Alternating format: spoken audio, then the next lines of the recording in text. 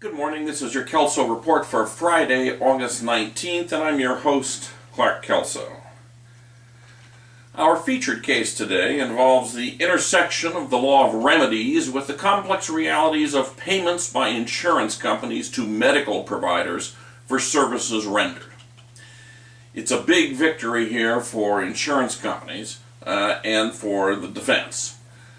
When a tortiously injured person receives medical care for his or her injuries, the medical provider will oftentimes accept as full payment an amount less than that stated in the provider's bill pursuant to pre-existing contracts between the provider and the injured person's health insurer. This raises the legal question of whether the plaintiff can recover in his or her action against the tortfeasor the full amount stated in the bill for services, or whether the plaintiff is limited to the discounted amount actually paid by the insurer.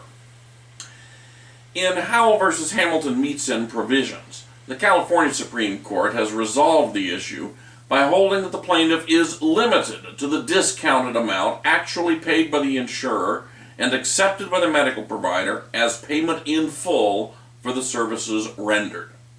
It's a multi-billion-dollar victory for the insurance industry. The court began its analysis with the bedrock principle that damages are monies paid to compensate a person for all of the loss or harm suffered in person or property as a result of the defendant's unlawful act or omission.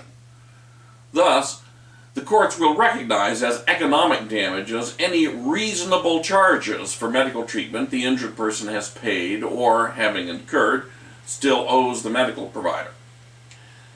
In the context of payments made to a medical provider by an insurer, we also have the collateral source rule, which provides that if an injured party receives some compensation for his injuries from a source wholly independent of the tortfeasor, such payment should not be deducted from the damages which the plaintiff would otherwise collect from the tortfeasor.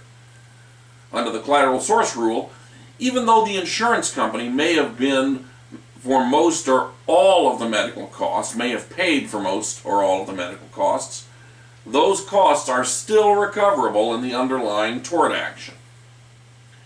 The issue before the Supreme Court was whether recovery of medical damages is limited to the amounts providers are actually paid by the insurer, or alternatively, extends to the amounts of the provider's undiscounted bills. Now, this issue has previously arisen in the context of Medi-Cal payments, where substantial discounting of medical bills is the norm. In that context, the California Supreme Court held that the Medi-Cal beneficiary may recover as damages from the tortfeasor only the amount actually payable to the provider under Medi-Cal. Well, in yesterday's decision, the court extended that holding to the non-Medi-Cal context.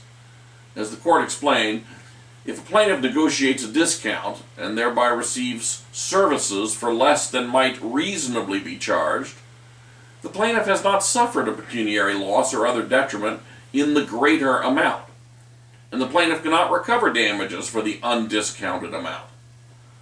The same rule applies when a collateral source, such as the plaintiff's health insurer, has obtained a discount for its payments on the plaintiff's behalf. The plaintiff had argued, and the sole dissenting justice contended, that a tort plaintiff may recover reasonable medical and other expenses, and that if the undiscounted bill was reasonable, that should be the measure of recovery. Well, the majority rejected this argument, noting that if the plaintiff did not pay the full amount, and if the provider accepted the discounted payment as payment in full, there were no additional expenses which had been incurred, and therefore no basis for a larger recovery. In short, the plaintiff must show both that the expenses were incurred and that the expenses were reasonable in order to recover damages. And now our one-liners for today.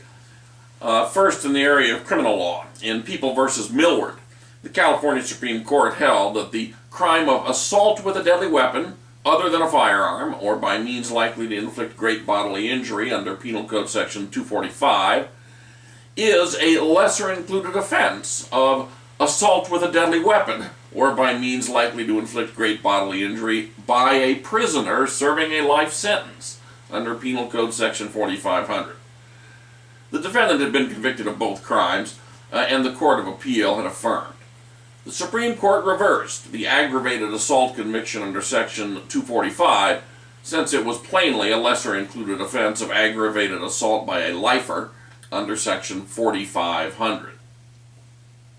Next, in juvenile law, in Los Angeles County Department of Children and Family Services versus Tyrone M., the Second District affirmed the juvenile court's conclusion that the appellant was only an alleged biological father, and the appellant did not establish that his status should be changed to presumed father.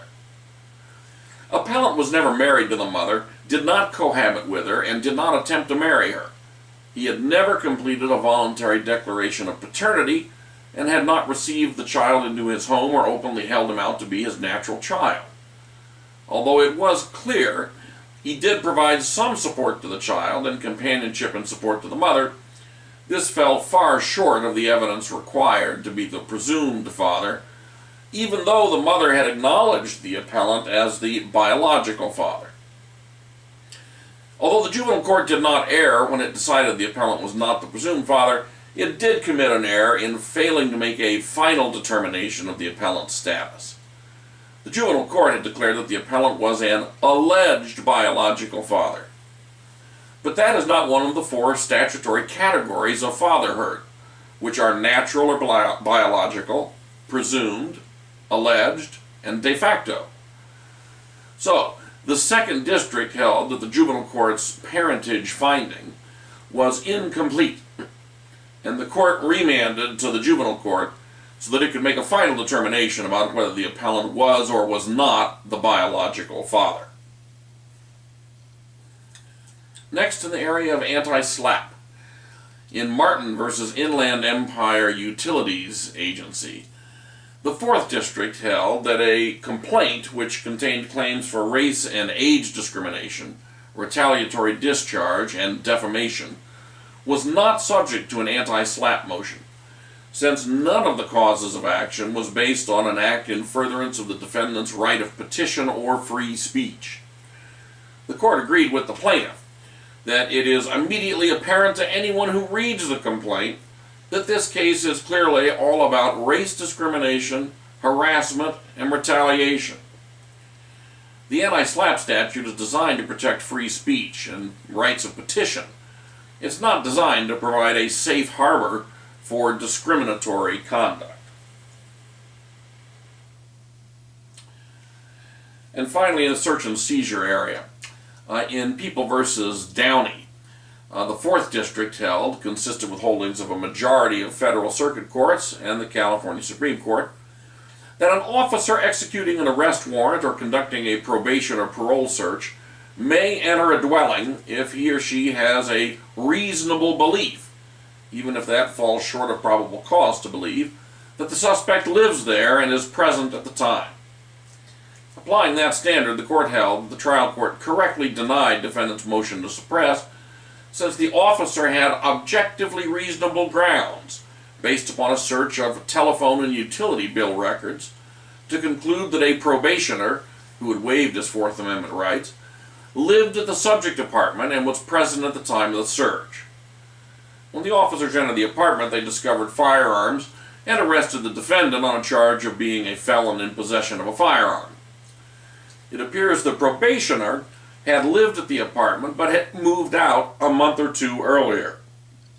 Nevertheless, because the officers had objectively reasonable grounds for the search, the defendant's motion to suppress was denied. And that's it for today's Kelso Report. I'm your host, Clark Kelso. Have a great weekend and a great day in the law.